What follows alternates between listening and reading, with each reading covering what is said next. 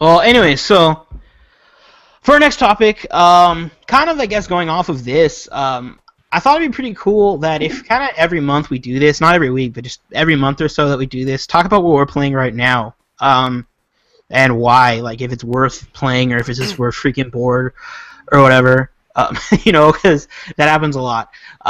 So, anyways, for me, like Diego, I'm playing the Phantom Pain. I'm at like 65 hours or something like that. And I still haven't beat it. I'm doing side ops, building up Mother Base, FOB infiltrations. That game has a lot to it. And I mean, to be honest with you, a lot of that, I think that's what most people are playing right now. Like, not necessarily everybody here, but I mean, even I looked at Steam and I saw some of the like highest like selling or whatever this month, and that's on there. Yeah. And I mean, I'm enjoying the hell out of it. It's my game of the year so far. What was up? Well, I mean, even like to go along with your point that maybe that's what a lot of people are playing is, I'll get on Steam and a lot of people are on my friends list playing this game, and goes to show. Yeah. I mean, it's really popular, and for me right now, it's the game of the year for me, like so far. Now, like to be honest with you, I don't know if you agree, Diego. I don't really understand where the 10 out of 10s are coming from. I don't think it's perfect at all. I do have my issues with it. Like, I mean, the story, which I'm sure everybody's heard about by now, like it's kind of unfinished. It's not really there as much as other Metal Gear games. And it's not to say it's bad, and it's better than most open world games. Like it's far and away like better than Far Cry 4 or like Assassin's Creed Unity or even like Shadow of Mordor. But it's definitely not like Metal Gear caliber story, and you don't have like 18 hours of cutscenes or whatever. But even then, like to be honest with you, a lot of the game mechanics kind of aren't explained. Like, I'm still finding out things about the game, like how to do certain things, or why certain things aren't happening, like with side ops and stuff. So it has like its little tendencies to it, but the game itself is just ambitious, and the gameplay is, for me, it's like it's the most fun I've had in a game in years. Like I have so much fun just running around and doing random shit. Like, yeah, I'm working on a review actually for the channel right now. I've been writing it, so you'll hear a lot more about that in the review. But I mean, I'm enjoying the hell out of it, and when it comes down to it, if I'm having fun, that's what matters for me, and I'm having a lot of fun with it. So Diego, you're playing that right now too, then, right? That's what you mean. I'm playing it as we speak, actually. Oh, really? Okay. I got spotted. Well, that explains it. Dedication, man. I haven't had much time to play it. Just in between my internship and other stuff. But yeah, I'm trying to catch up. Maybe by the time you're done with that review, I can maybe have a little bit more of an opinion. Yeah, no, absolutely. I know. Like I said, I'm still working on it, so for sure. But yeah, I mean, it's a long game, and the thing about it is it's. Like, what I found is, yeah, you can motor through the missions if you want to, but you're not going to have a very good time doing that, because, like, if you don't build up your Mother Base soldiers and you don't, like, Fulton out high-ranking soldiers, then you're not going to be able to develop the weapons you need to do the mission properly, and you're not, you know what I mean?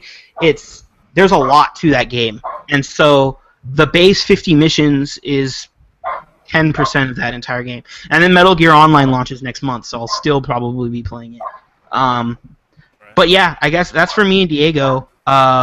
Ethan, what have you been playing a lot of lately, would you say? Other than watching me play Metal Gear on SharePlay. I really haven't been playing a game very frequently, actually. I mean, I was playing Destiny a lot recently only because of all the new content, and just because I think it's just a fun, social thing with, to hang out with you guys and play that.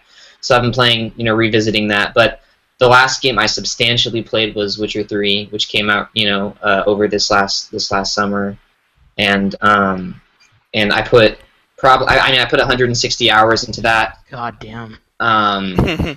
Probably within like a month, and then I'm at the very end of the game, I think, and I just completely just stopped. And I don't know. I haven't gone back to it and finished it yet. I don't know why.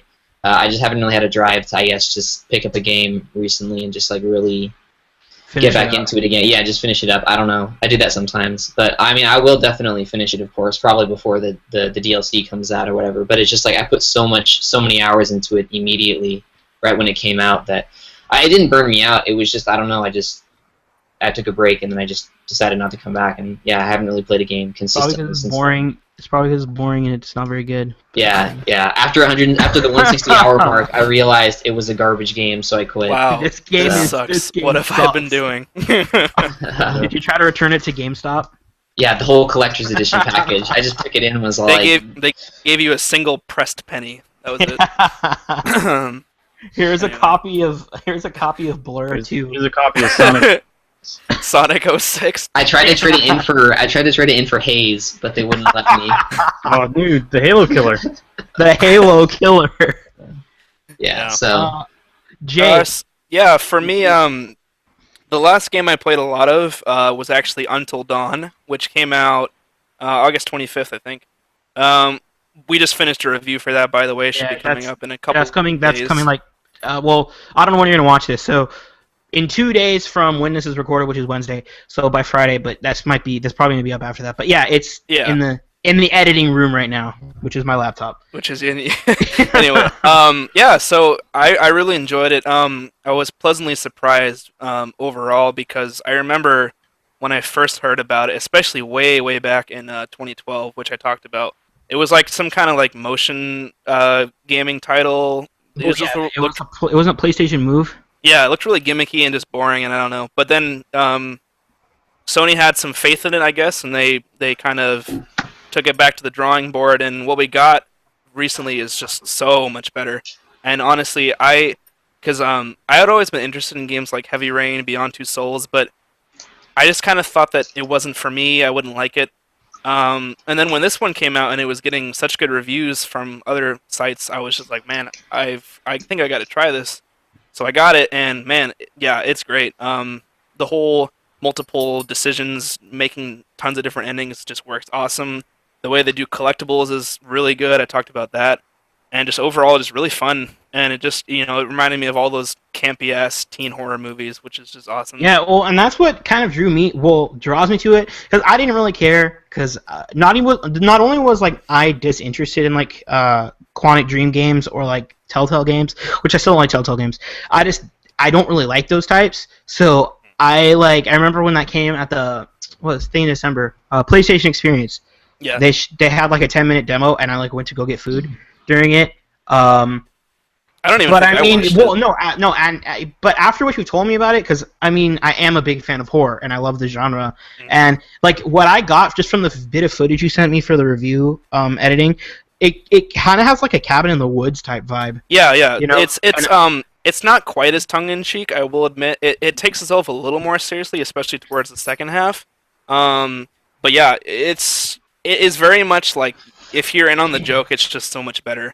I think it's pretty cool that I mean, yeah, there's been other games like it, but I just think it's nice that it's a horror game that, I mean, we haven't had I feel like we haven't had a good horror game on any recent gen console whatsoever. I don't remember the last. Well, we had like PT, but that was that wasn't a game. That wasn't a game, and then we had Outlast, which we got, which was good. But again, wasn't that kind of like an indie type? That was an indie title, and that was a while. That was what, Diego? Like 2012 was when Outlast first came out, or early 2013. Yeah, because we were playing that in the dorms. That was a while ago. So like when's the last time we got like a AAA? Like, well, it's been a while. The Evil Within came out. That was okay. Good. That got like okay decent. reviews. That got like okay reviews. Mm-hmm. Okay, good point. Good point. So no, yeah. And that's kind of. I want to check it out now that I saw your review, or I listened to your review, and that kind of thing. I want to check it out down the road. There's way too much coming out in the next I month. feel you. But like, kind of in the dull periods, I want to be able to try it out because it looks pretty cool. And okay, so something I wanted to kind of pick your brain about on that game in particular was I heard a couple things online. Like I heard a quote. I think it was Colin Moriarty from Kind of Funny said that it out Quantic Dream. Like it does what they do better, because I don't have anything to compare it to because I didn't mess with those games. I haven't played this one yet. Right. And so I don't know. I wanted to kind of get your how does it approach decision making in its own? Because that's the thing I've been hearing is like the decision, like even in your review, you said the decision making's so great and like so robust, and it's going to kind of set a precedent for these adventure games going forward. Yeah, I don't know. I mean, yeah. So I have to say that I didn't play Heavy Rain or Beyond Two Souls or anything like that, but from what I understand about them, I could be wrong. I actually don't know, but I think how they work is there's actually a pretty set narrative. Like the way that it plays is not a reflection of like it's weird to compare it to Until Dawn because Until Dawn like plays similarly, but like the different outcomes that it can have, from what I understand anyway, is just sets it apart so much from the other ones because I think that was what it was for me was looking at Heavy Rain and stuff was like the gameplay was weird and that was why I didn't necessarily get drawn to it, but then knowing that it was kind of just really was like a playable movie because there was I think only one set path. I'm gonna have to look this up, otherwise I'm gonna sound like I don't know. Knowing, I mean, I've seen, played a little bit of Heavy Rain, and there's some substantially like different, various endings you can get that are pretty substantial. Definitely, I think it was what set it apart. I think it's actually more of just like how much further I guess gaming has come since that game's come out. You know what I'm saying? Because I feel like it's just an advancement of the style, and it just that's what's good. And so I think if the studio behind Heavy Rain took another crack at it, they could easily come up with something I think is quality as Until Dawn. Well, and they are. Oh, go ahead, Diego. Well, you got to take into account that Heavy Rain came out almost a decade ago. Yeah, for real. Jeez, yeah, that's crazy so, to think about. Anyway, but then they have Beyond Two Souls and what? Well, I mean, from what I heard, I didn't play too much of Beyond Two Souls, but from what I heard, or from what I got to play, rather, it's kind of dull. Yeah, it's not really. I heard that. What I heard in the reviews, because I was like looking at it, because they're still rumoring that they're going to be doing a Heavy Rain Beyond Two Souls like package for PS4. What I heard about that game was that some decisions matters, but some of them didn't matter that much. Like they didn't really affect the game as a whole. They're kind of just there to be there. Just like actually have gameplay. Yeah, I've heard that. Like press, almost like press X to keep going. Yeah, okay, that makes sense. I will say that if you want to make that as a point of comparison, that there are a good amount of times in Until Dawn where if you actually fail a QuickTime event, you won't die or something. But maybe if you fail too many, you will. So it gives you some lenience. Yeah. But then it's hard to know which ones are vital and which ones aren't, because I mentioned this in the review. There are some plot points that do not change, like they are always the way they are, but they are. It's more a line of story progression, but there are how I say it is there's always a scene, almost always a scene, but it depends who's actually there, if that makes sense. So you can have a scene with 3 characters or 2 or 1 depending on who's died or not. But there are there are a lot of levels.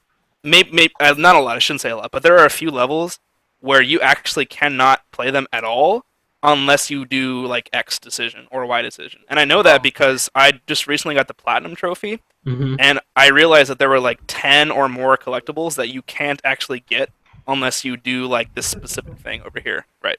So, yeah, it just feels and this probably is a consequence of it being on current gen, but I think that overall it's just more robust than what I've heard these games can do in the past. I don't know for sure, but it's certainly prettier, and it certainly plays smoother from what I've seen.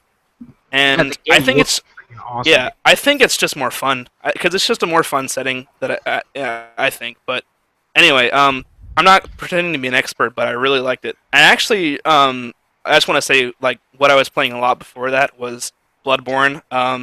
But you, I don't know, technically, you might actually call that a horror game.